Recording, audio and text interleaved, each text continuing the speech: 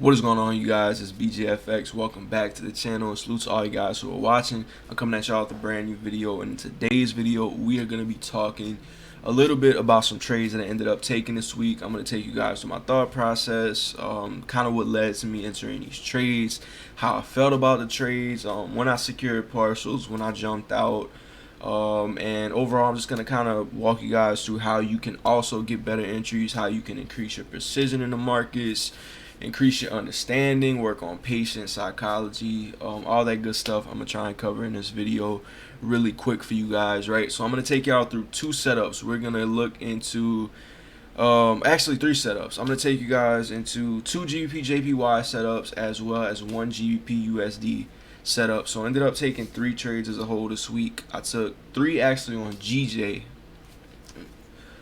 What is going on, you guys? It's BGFX. Salute to all you guys who are watching. I'm coming at y'all with a brand new video, and in today's video I want to be taking y'all through a few different trades that I took this week here in the markets, which were pretty much all on GBP JPY. We're also going to go ahead and take a look into GU, but GU wasn't a trade that I actually took. It was just more of something that I did have my eyes on, but since GJ and GU are going to move similar, since they both have that main currency as the pound, I just decided to trade GJ instead, man. But I hope y'all enjoy this video as usual. I hope y'all get some value from it.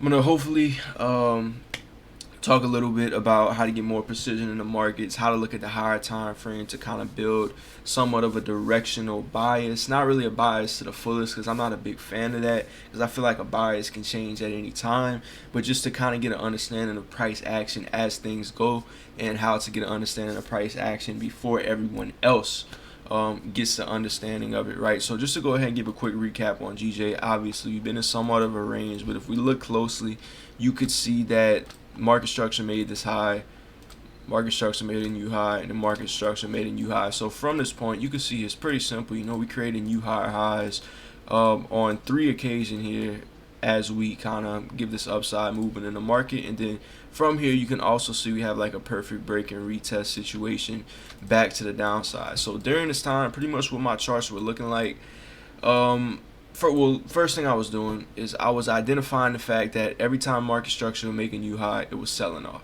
Okay, every time it comes up makes a new high, it's selling off. So potentially I'll be looking for trade opportunities either around these highs and potentially targeting below these lows, depending on what things show me, and also depending on what the overall framework looks like when it comes to fundamentals, because this week we did have somewhat of a positive outlook for the GBP, and that was because of the coronavirus vaccine. Obviously, if the vaccine is projected to do good, it's going to make the currency in return look good, and it's going to cause it to raise value compared to the yen. Obviously, for trading pound yen, that's going to go ahead and make this currency pair move to the upside. And in this case, that is why I started my week with two longs on GJ, which both did very, very good. But to look at the hourly really quick, man, like I was saying, we created these equal lows below here. And what I'm going to do is I'm going to drop a little Bitcoin symbol below here. And that basically means that this is potential areas of liquidity, right? That's potential areas to where if price does decide to push through, typically it will push through very strongly, and it will run through these orders. And depending on, you know, what overall things look like, it'll be something like sell stops here, but this is something I talked about in a lot of my videos, man, so I don't want to spend too much time on this. But yeah, like I'm saying, if price comes down, it could potentially trigger sell stops and people who are projected to see price push down to a further direction, right? So the way I like to look at the markets is that we can see that price came down, broke back up, and then retested. So essentially, logically thinking, we would think that, okay, buy orders are now being picked up into the market. So what this is telling me is that not only are there going to be sell side, right, people who have a bias that the market is going to come back down to here, not only is there going to be a sell side demand here, like a demand for sell orders, you're also going to have open orders for long. So sometimes what I'll do is I'll just drop something right here just to kind of give me a quick idea that, okay, there's a good chance people bought on the retest, maybe there's a good chance people bought on a second retest, and then we have this strong push up. So from that point, nothing in the market caused it to come back down, right? Like we came down for a second retest, but since then we had this impulsive move correction, another impulse, and then from there it's a possibility that we can close out some of these buy orders and from there the market will either like continue down, or it'll just raid right through the stops or break evens, depending on what things are looking like for those buyers. But once again, it's all circumstantial. So when it comes to me trading, I'm not really one to project like over the next few months. I'm just one to kind of project as weeks go by and just kind of pay attention to the price action, pay attention to where liquidity can potentially be at. Because in this case, right, you can see the markets had once again a very nice break and retest. And from this point, essentially, the thought would be that once again, buy orders are picked up here, right, as longs begin to come in and kind of accumulate from here. And then once again, we take out these highs, initiating longs, and then from there, guess what we do? We come back up, and we probably took out any buyers who entered right here. Okay, so just one quick recap. If people were buying here, price comes up. If the market wants to continue up for the long term, but most buy orders are already filled and there isn't enough sell side, pressure coming in to provide the longs with their positions.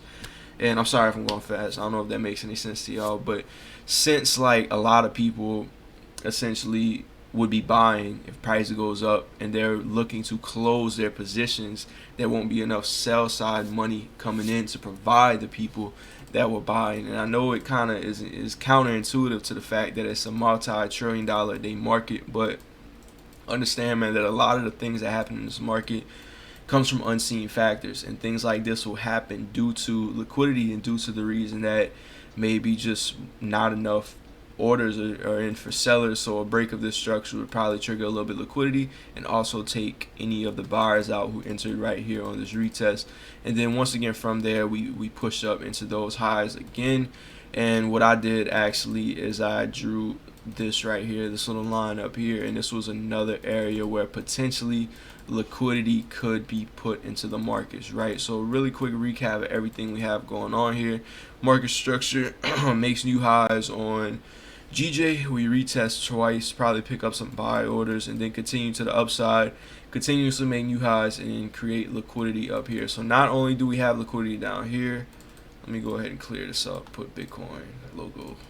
So yeah, not only do we have liquidity down here, we also have liquidity back to the upside. So if we come back up to the 4 hour really quick, we can also essentially begin to think that there are gonna be some sellers here in the markets around this retest. So if we look at the market here on the 4 hour time frame, you can see that this is what many people will look at as an M formation. Now, looking at the markets like this is where looking at the breaks and retests are going to play out to your advantage. So looking at the 4 hour, you can see this wick and you can see the rejections. So obviously if we switch over, right, if we go down to like the 1 hour or something, you'll probably see a bullish candle testing this and then coming back to the downside, right? So one of the most common retail traded patterns is the break and retest. You can see the market created a solid level of support off of new highs, right? It's not like we really retested any of these 3 levels of price. We kind of created a gap here, a little bit of an inefficiency with this candle, giving us a strong push up. And then we had those 2 reactions. We come down for the retest. So from here, right,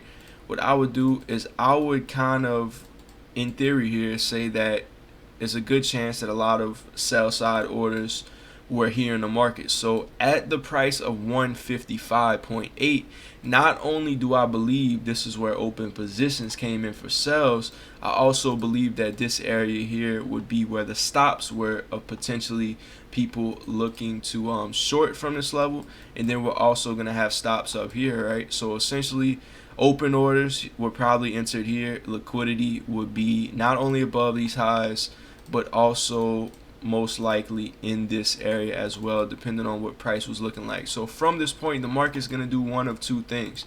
It's either going to come up, right? It's going to come up, it's going to take out this liquidity here, potentially sell back off down to the downside and pick up this liquidity, or it's just going to continue down right now. And then if it continues down, you want to look at your potential demand areas. So in this case, you can see we do have potential area of demand. Some people call it the order block. Really, whatever way you want to look at it, you can see that this will be a potential area of demand. So for me, this would be my point of interest, right? So I'm just gonna put this little eye, whatever you want to call it, right here.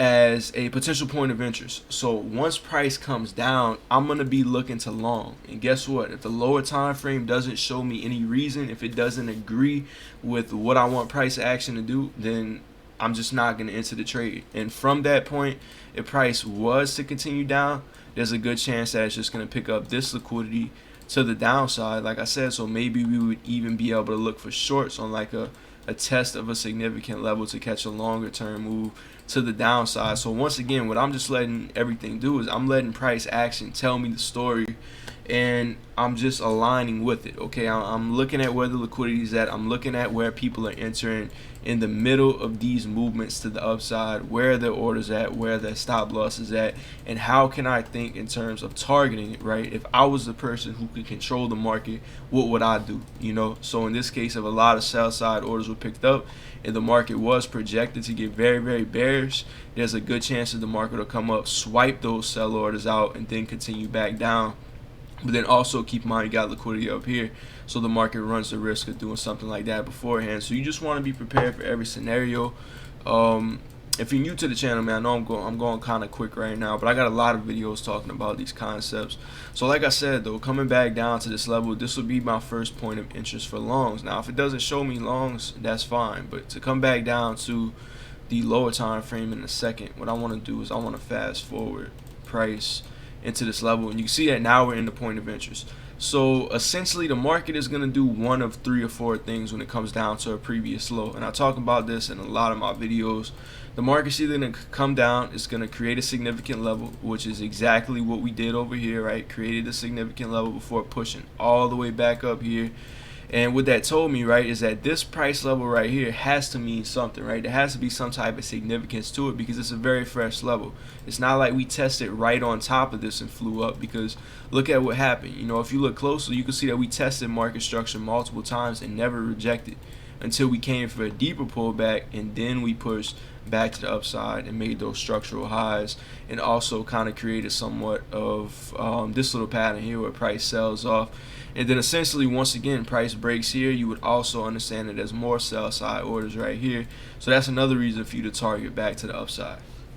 Okay, so in this case, right, the market's going to do one of a few different things when it comes back to the downside. It's either going to make this impulsive move, it's going to create the low, and then it's going to fail to make equal lows, and then it's going to continue back up. So this zone right here is going to be an area of demand.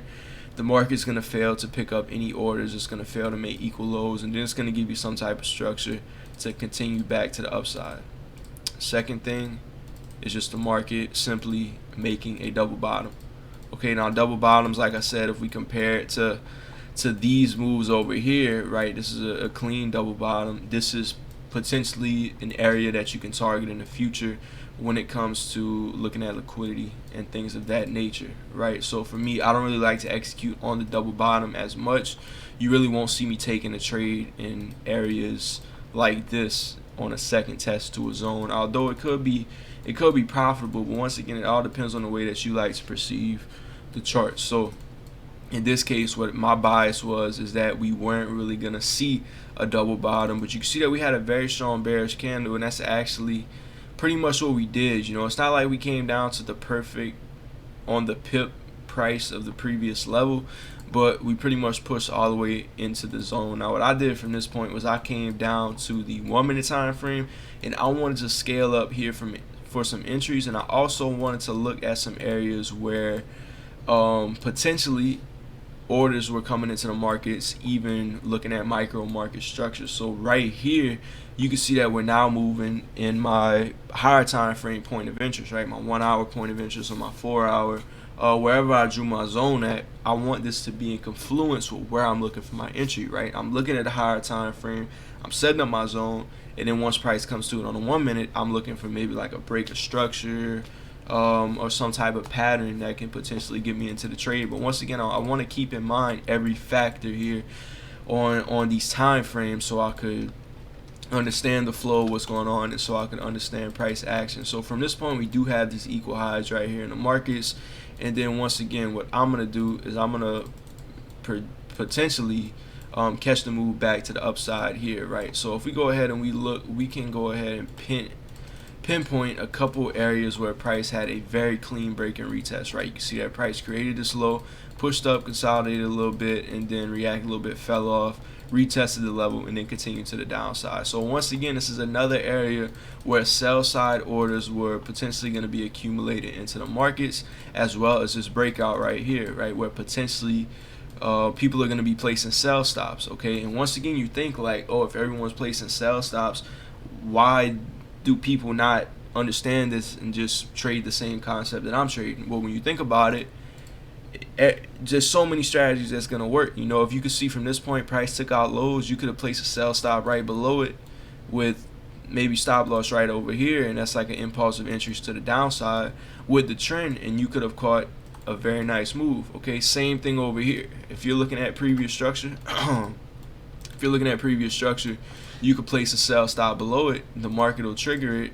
Maybe you have your stop like right here above this low pullback, and then there's another trade. So when the market is trending in one direction, understand that pending orders are a huge part of the retail approach. Okay, sell stops, pending orders, looking to catch moves with the trend are a very popular approach. So what I like to do is I like to leverage this as potential areas of interest, so that I could target when I do look to enter my position. So once again, we have the double bottom, and then you can also kind of pinpoint you got like equal highs right here, but then once again, price even retested and picked up more orders from there. So there's so many retests, so many accumulated orders pushing to the downside, and you'll be surprised at how much, like, just reading price action and understanding like psychology of the markets and the way everything works, it'll change everything about your trading. So far you can see that we have a lot of sell side orders accumulated.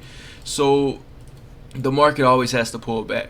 Okay, the market is always going to pull back, and now that it's in my point of interest, I'll give myself 1 or 2 chances. I'm going to look for a solid trade. You know, maybe if I'm lose the first one, if I get stopped out, I might see another decent pattern on the 1 minute, and I'll look to scale in.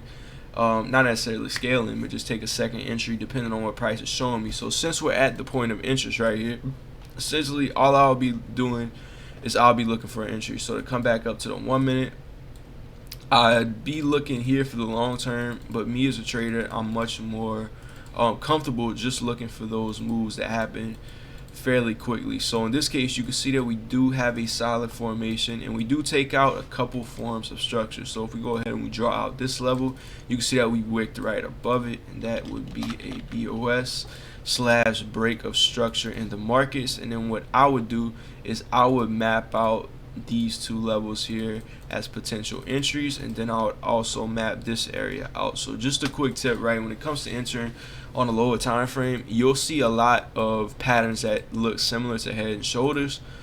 Let's say we're looking at like a normal head and shoulders pattern. If the left shoulder is here and the head is here, something I notice will happen a lot is that you'll see this break of structure, right? And this really isn't even a head and shoulders pattern anymore. There's another word for this. I don't want to mispronounce. It's like starts with a Q, I think, Quasimodo or something like that, man. I forgot how you say it. Something pattern. And basically a price break structure is gonna break this previous left shoulder here, and it's gonna come up and it's gonna like retest the middle of this zone, and it'll look something like that, and then you'll catch the move to the downside, and this will be your entry. But of course, this will be like a reversal play from a bullish market into a bearish market. But if I come over here, I could just invert it, and this is what it would look like when it's bullish and you're looking for longs. So yeah, man, I'm giving you all the free game y'all need right here, you know. So let's invert this back here, and I'm gonna show you guys my entry on GBP JPY. So from this point, like I said, we got bullish structure. We have enough confirmation that essentially there's a lot of liquidity coming to the downside, and from this point, all I'm looking to do is I'm looking for a valid entry price. So to go to the Telegram really quick, you can see buying GBP JPY, entry at 140.406, mental stop loss at 140.341, take profit is right there, 6 pip risk, point for 40 potential reward, and this is a 1 to 6 risk to reward ratio trade. So my entry was at 140.406, right? So 140.406. Stop loss was at 140.341. 140.341, and then take profit, right? One thing about my take profit is I definitely believe I could have caught the longer term move, but me personally as a trader, I'm much more comfortable with taking my 1 to 6, 1 to 5, 1 to 6, and then I'll move on depending on what the market's showing me. Now, every now and then, don't get me wrong, I like catching on 1 to 20, I like catching on 1 to 15s, but something I realized is that the 1 to 15s are gonna come, but obviously it's gonna be less often than the 1 to 5. So I'm just more comfortable consistently catching 1 to 6s.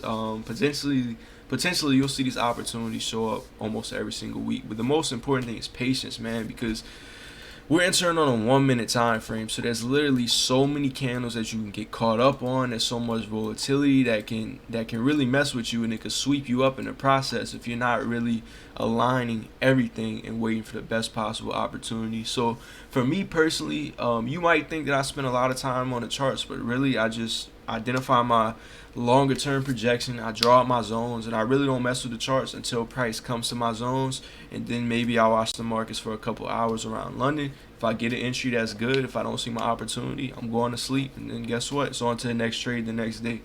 And that's the psychology of any trader, that any trader should have, is that if you don't see an opportunity, that's all right. You don't have to trade every day.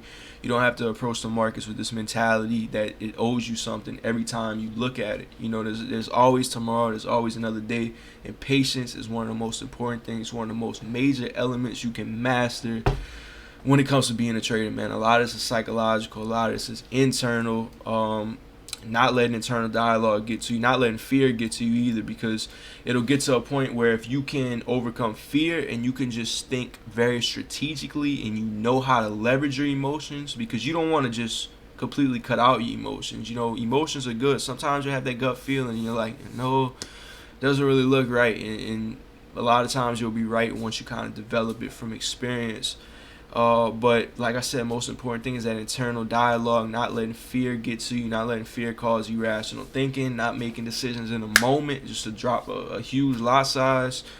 And even if you have a small account, this is another thing. Even if you trade with a small account, you want to treat this account like it is capital that you want to grow. A lot of people trade small accounts and treat it like it's just like fun money. And I guess nothing's wrong with that, but if you want to grow for the long term, try to be real patient with it. Wait for your best setups and let the markets come to you, man. And that's what I found works for me. That's essentially what this YouTube is. I'm just looking to share with you guys what works best for me. And for me, it's waiting, man. Waiting for the best opportunities, letting everything align. And then I'm waiting for my perfect setup. And that's the only thing you can control is when you expose your capital to the markets, right? So I'm sorry if I'm talking a lot here, but yeah, man, let's let this play out. Okay. Once again, another break of structure, and I'm gonna bring this back. So 140.406, and there we are now on our trade. And then from there we have a decent. Once again, another break of structure here. I'll put BOS, just like that. And we are now continuing to the upside. And I think at this point the trade was already made risk-free. So you can see how these orders here, these are potential areas that could get ran through very strongly when it comes to price action here in the future. And I'll show you guys exactly what I mean by that. So we'll probably have one more strong push to the upside in a second, and then I believe it comes down and it takes me out at break even. So I actually secured partials right here at this up candle, right? This up candle right here. And I had a little bit of my position left open. And then from there, you guys will see in a second exactly what I mean. And price ended up tapping me out right there, literally right at my entry. We ended up getting hit out at break even. So obviously there's going to be benefits to moving stops to break even. Then every now and then things like that are going to happen. But there's risk to reward to everything. And essentially you're increasing your risk of getting taken out of the trade, but you're also lowering your risk of losing money, which is always beneficial, because your first goal should always be just to protect your capital, look for the best opportunities. You can see how we begin to range here. Take note to how we begin to range right in this entire area where I talked about a whole bunch of liquidity being pressured to the sell side. Look at what we do right here. Should have a nice candle coming up soon. A little bit of reaction. Unless it's a different trade I'm thinking of. Okay, yeah. This actually, it was a different trade I'm thinking of. But this was a solid move right here. And I believe the markets do just continue up from here, just like that. So, yeah, this was a trade. Okay, this was a trade I was thinking of. So you can see how I begin to range. And then from this range, we have what a lot of people would call a contraction expansion. You can see that. This is kind of like the 24-hour market maker cycle, if you guys ever heard of that. But this isn't 24 hours.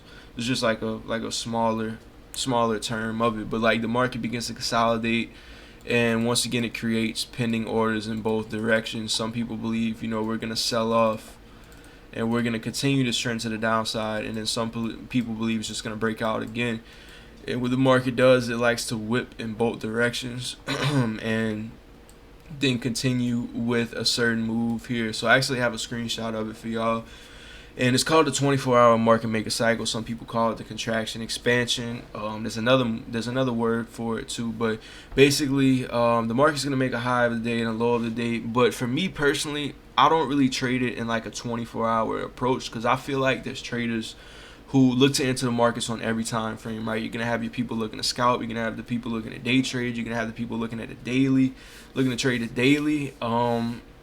So when you have consolidation, no matter what time frame, I still consider it somewhat of an accumulation phase, because there's speculators everywhere. As retailers, we're all viewing things from a different perspective. And in this case, we have that accumulation. Market makers hit both sides of liquidity and kind of mess with the framework of what's going on, and then boom, fly in one direction. And that's exactly what we have happen here, right? You have the contraction, you have the expansion of the move in both directions, and then a major push to the upside. And from this, I decided to get out my trade. If I'd have wanted to, I could have held all the way up through here. I actually could have held all the way up through above this liquidity for like a 1 to 30. But once again, I moved my stops to break even, and that's a real toxic way of thinking. If you feel like you could have done more, or you feel like you could have made more money at the end of each trade, it's a real toxic way, man. So I try to think of just a way to be content with your profits and understand that they're gonna grow over time if you're consistent. So consistency should always be the main focus, and setting out a plan for yourself beforehand. So this was trade number one. Like I said, partials were secured right here in this area. Took out these highs, came down, tapped the rest of my order out, and then flew back in this direction. A little bit of like contraction expansion before the follow through back to the upside. So that's going to be trade number one, man. Let's go back to the Telegram really quick, and you can see this was the entry. We fell right down to the entry price, and you could also see this perfect break and retest. So back to what I was saying, good bit of sell side orders are probably accumulated here. So essentially you can look for the market to run back through the highs and potentially take these areas out. But that's what we have there. And then this is my entry right here. A little bit of drawdown, nothing crazy. And then we come right back, we retest the entry price, and then we fly up. And then next, blue screens and nice profits. I'm making GJ risk free. Of course, there's the thing, take some profits when comfortable and continue to let the rest run. So this is where we were. And then if we come down really quick, still holding my position from there, but that's actually, I believe I secured profits like right as I took the screenshot. But GBP/JPY wick filling the 5-minute time frame, potentially showing signs of our take profit being hit soon at a 1 to 6 if we get volume coming in from New York, right? Transitioning from that London into the New York London overlap, and potentially showing us more bullish movement. And then we can we don't got to worry about that. But GBP/JPY signal went in a good profit, secured partials, came down to tap my entry out right before hitting final targets, and it looks something like this. So very clean entry, very good point of interest drawn out on a higher time frame. So that's the most important thing, man. If it wasn't for the higher time frame, I wouldn't have been able to catch the entry on a 1 minute. So the entry looks cool, right? When you have the sniper entry and you have the beautiful entry, it looks cool. But if the market isn't actually following through with your bias, then it isn't gonna pay you out as a good trade. You know what I mean? So without the higher time frame sentiment, without me analyzing like the 4 hour and the daily, I wouldn't have been able to scale down to the 1 minute the way I did for my entry. You see what I mean? So, and then next is going to be GU, and we're going to go through GU in a little bit, but this is what I posted. And then once again, this is similar to the cycle I was just showing you guys, right, in that screenshot, showing potential demand here, contraction, expansion, liquidity from buy orders up here, and then you got the equal highs, and then a test of this down candle, which was also a zone over here. We're going to go more into that in a little bit. And then GPUSD gave a 90 plus pip push off our POI. So that's a markup I sent to my chat before the first signal of the week. And then this is the second signal of the week. Buying GPJPY, entry at 141.378. So really quick, we are going to go to 141.378. And that was going to be 378. That's going to be right here. Okay, so that's going to be our entry price. Before I really mark anything out, we are going to go ahead and look at the overall bias here of what's going on in the markets. Okay, so if we go ahead and we look at the 1 hour, right, we could actually take this off for now. But if we go ahead and we look at the 1 hour, we want to look at what price is doing for the most part. Okay, back to what I was saying over here, and we come back up to the daily and we look at the overall structure here. You can see that the market has consistently made these lower lows, and it's essentially very bullish. You know, we got some huge bullish candles, and we have a little bit of a correction. So potentially for me, the market is just going to do one of a few things. It's going to come up, it's going to correct itself a little bit, it's going to continue back up again just like that, and then we have liquidity up here, which would be perfect to be hit. Or it's just going to show a little bit of reaction. You know, it might mess around a little bit here, and then it'll sell off and potentially come back to the downside, or it'll come down here and maybe meet up with some type of significant level and then continue back up and look something like that. But once again, it's all about with the lower time frame showing you in alignment with what things look like on the higher time frame. But from here, we can pretty much close this out and understand that the orders I was talking about in the beginning of this video that were picked up, right, those sell side orders before the drop, were just taken out and mitigated by this very strong push up. And also where any stop losses were, they were probably cleared. But for longer term traders, we also need to understand there's more stops to be hit up here, there's more liquidity to be hit. But this is also in alignment with the fact that it's just a very bullish market overall with the vaccine and things like that. So that can also be beneficial to align fundamentals with your overall analysis. And then once again, this drop here, we have more orders picked up right there in the markets. But really quick, I want to point out the fact we do have this zone right here that price was showing reaction to, which did catch my attention. So you'll be surprised, like some of the strongest moves in the markets don't come from like the support that's been tested 10 times. It comes from fresh levels, and in this case, you can see that we have this 1 wick, okay, just literally 1 wick. Price comes and retests and continues back to the upside. Now the reason that price does not typically, I'm sorry, my eyes itching right now, but the reason price isn't gonna go ahead and continue up like the way it would if price comes down and like retests the same level of support like for a long time, usually it won't just continue up like that. That just looks super unnatural for like a FX market move. You know, typically it'll do something like this. It'll fake out, come back up, maybe do something like that, I don't know, and then continue up like with a move like that. But for the most part, essentially if the market's retesting the same zone over and over, most buy orders are going to get filled. And in order for the market to move in this direction and provide these buy orders with the money they need when they're ready to close their trade, the market may seek liquidity from the downside from those sellers, come back up, and then those sellers will provide the move to those buyers. And essentially that's what makes the market go around, right? Trading is a zero-sum game. So when you make money, someone else is losing money. But remember, everything should be long term. Everything should be thought out long term. Follow a blueprint, follow a plan, and it'll put you ahead of a lot of people. So in this case, we're retesting this level, and this is basic support. You know, in this case, I'm just looking to target these orders back above here. And if we come back down to the 1 minute, we are going to actually come back to the other chart.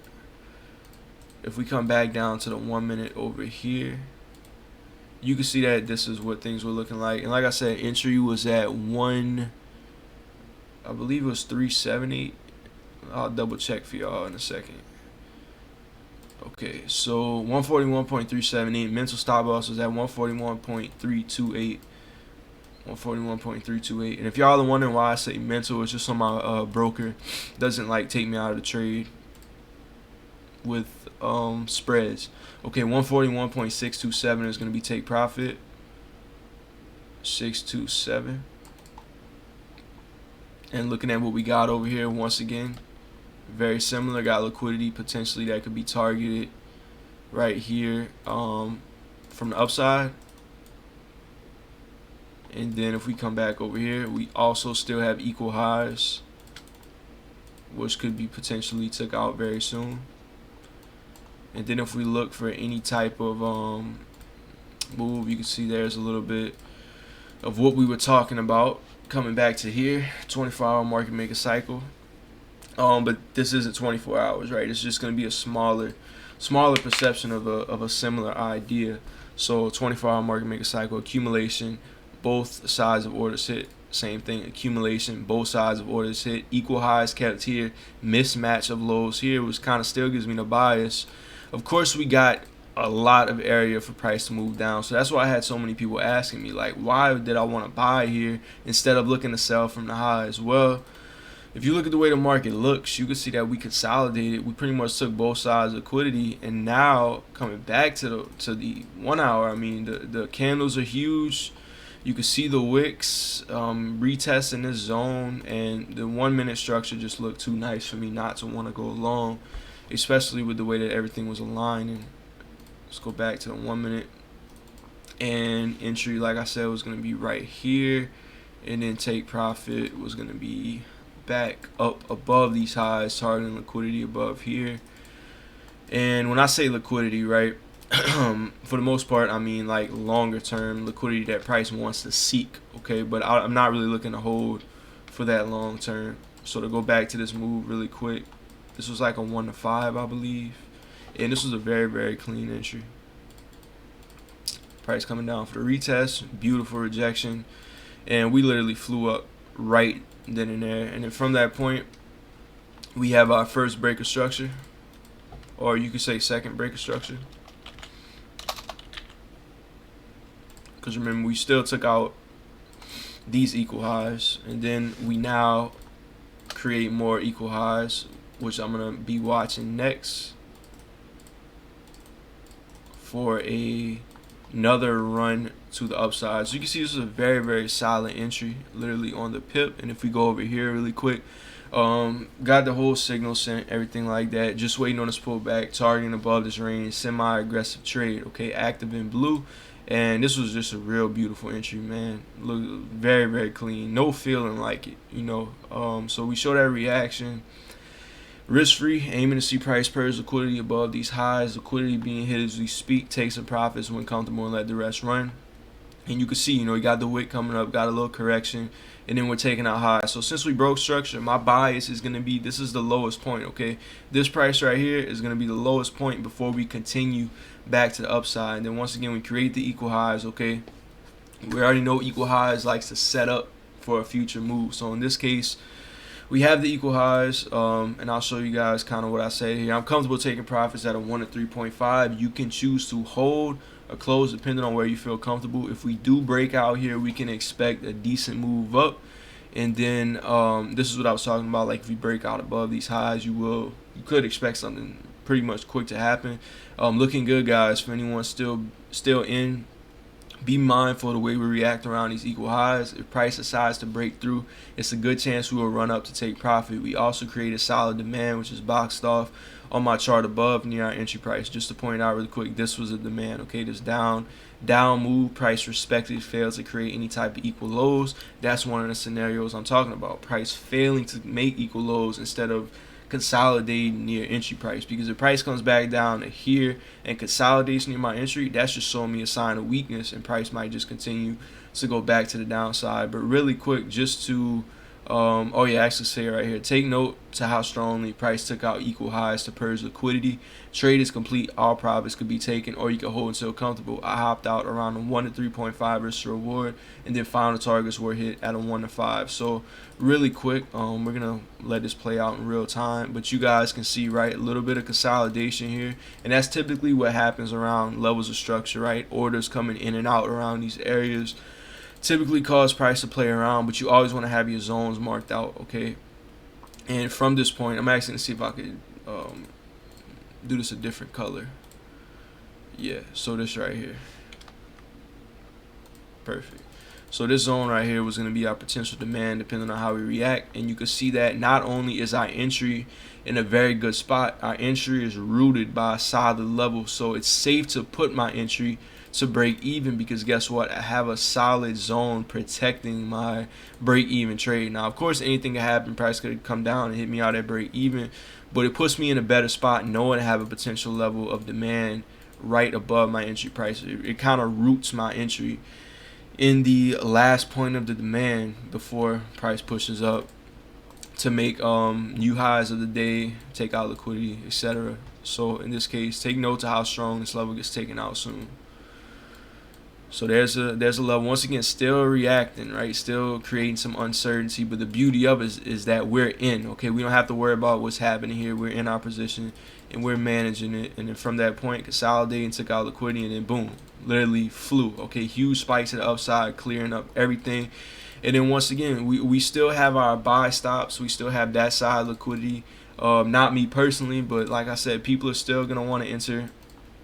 And there's your buy stop traders coming into the markets with active positions, and that's when they come into play. So you want to view the markets from an outlook of that you're not the only person participating. How can you think on this level to where you're not necessarily overcomplicating things, but you begin to think that, how can I put this, man? Like, you begin to get to the point where you can think from multiple outlooks, and you're not fully biased in your own opinion, but you have a strong enough foundation to still go with what you feel the market is going to do based off of the way other people are trading. And Forex is decentralized, so no data is going to tell you someone is selling here or there's buy stops above here, but there's a lot of traders who trade these methods, and there's also robots, right? There's literally algos that people sell into where, right, when it breaks structure, the algo will place a buy on GJ during a London breakout or during a New York open,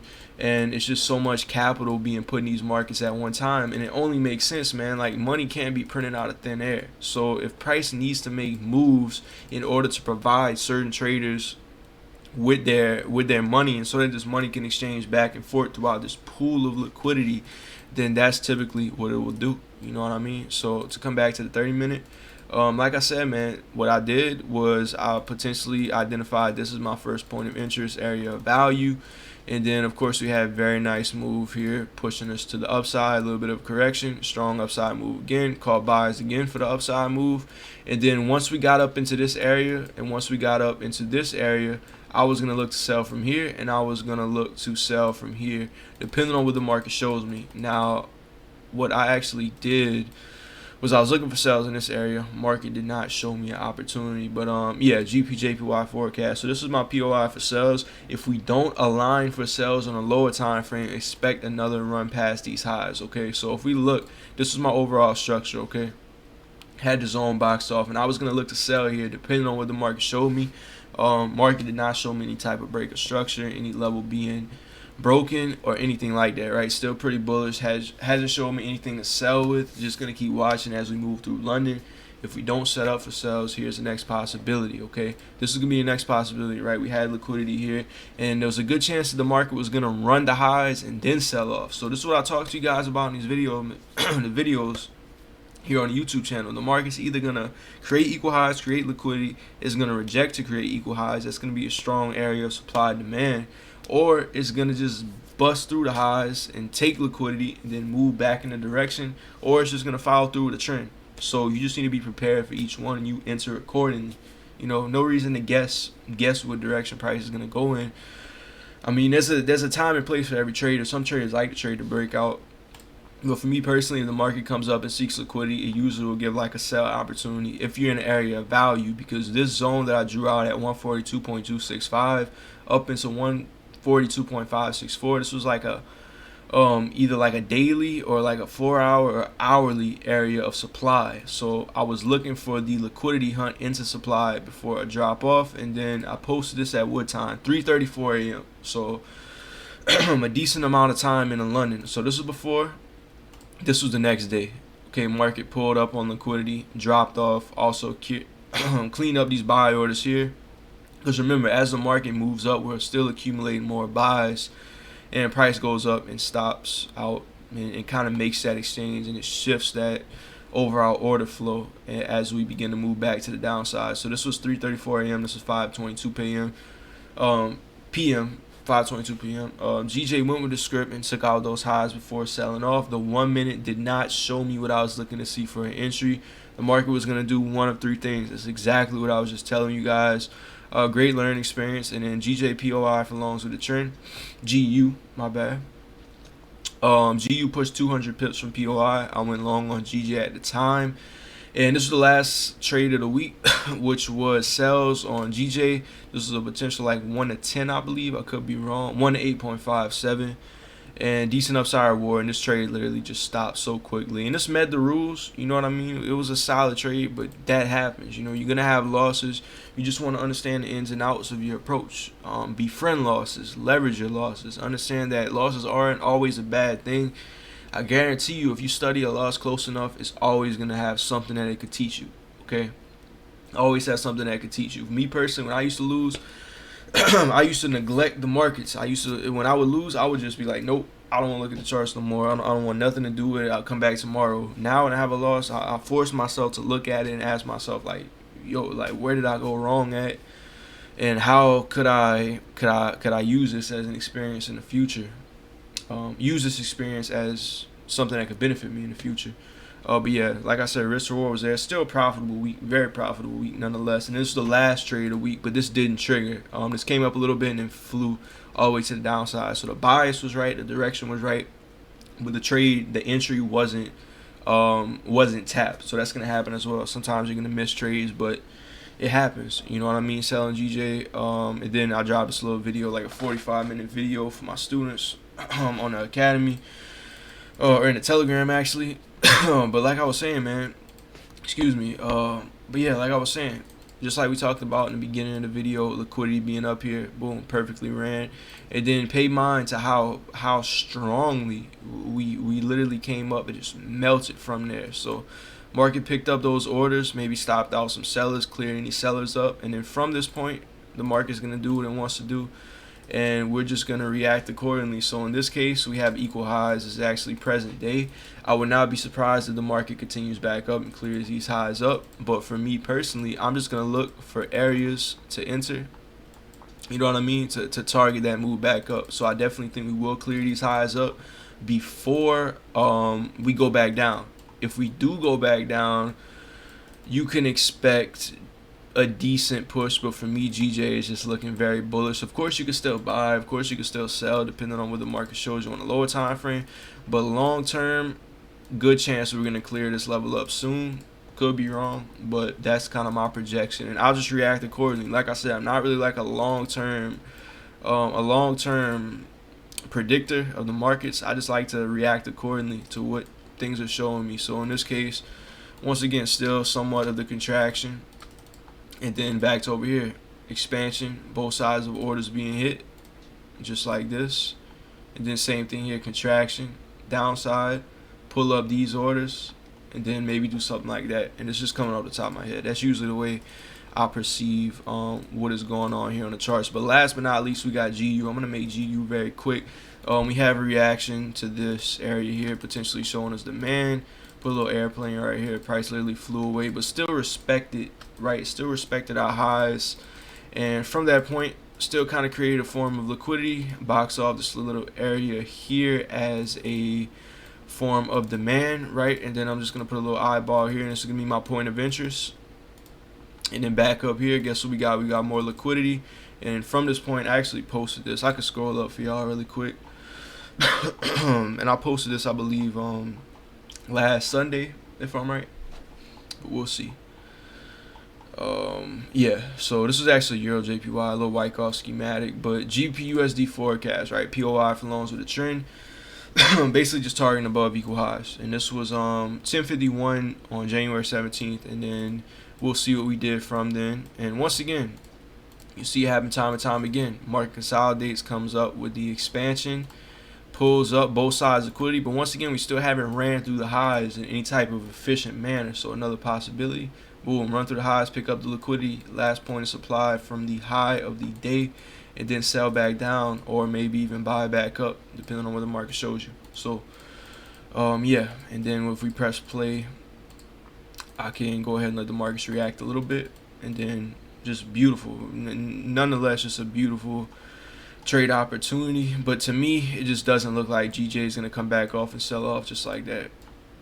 It's probably going to remain bullish, but this isn't like a guarantee, just my projection. And then to go back down to the 1 minute, if y'all want to see what my entry would have looked like on GU if I would have been trading it, entry would have been right here. And it's easy to say after the fact, but it would have most likely been right here. If not, I would have entered right here. So honestly, I'd have probably missed this opportunity. I'd have probably went to place an entry right here with literally like a 3 pip stop loss, but like a more spacious trade for like a longer term move could have been something like this.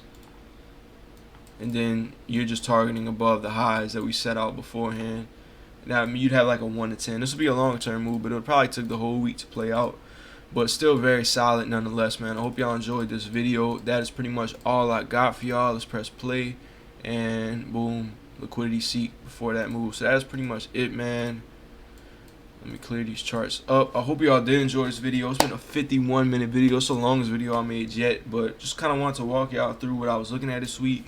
Talked a little bit about orders. I talked a little bit about how breaks and retests leave orders at certain prices in the market, so you can target these orders in the future. If the market wants to kind of do that exchange, you could use it to the best of your ability, especially how in this case here, price came up for the retest. We met a strong level and we broke back above it to pick up liquidity, and you're going to see this happen week by week, man. Just understand it's going to continue to happen because traders all think in different ways. Some people believe in breakouts, some people believe in Fibonacci. I like Fibs personally.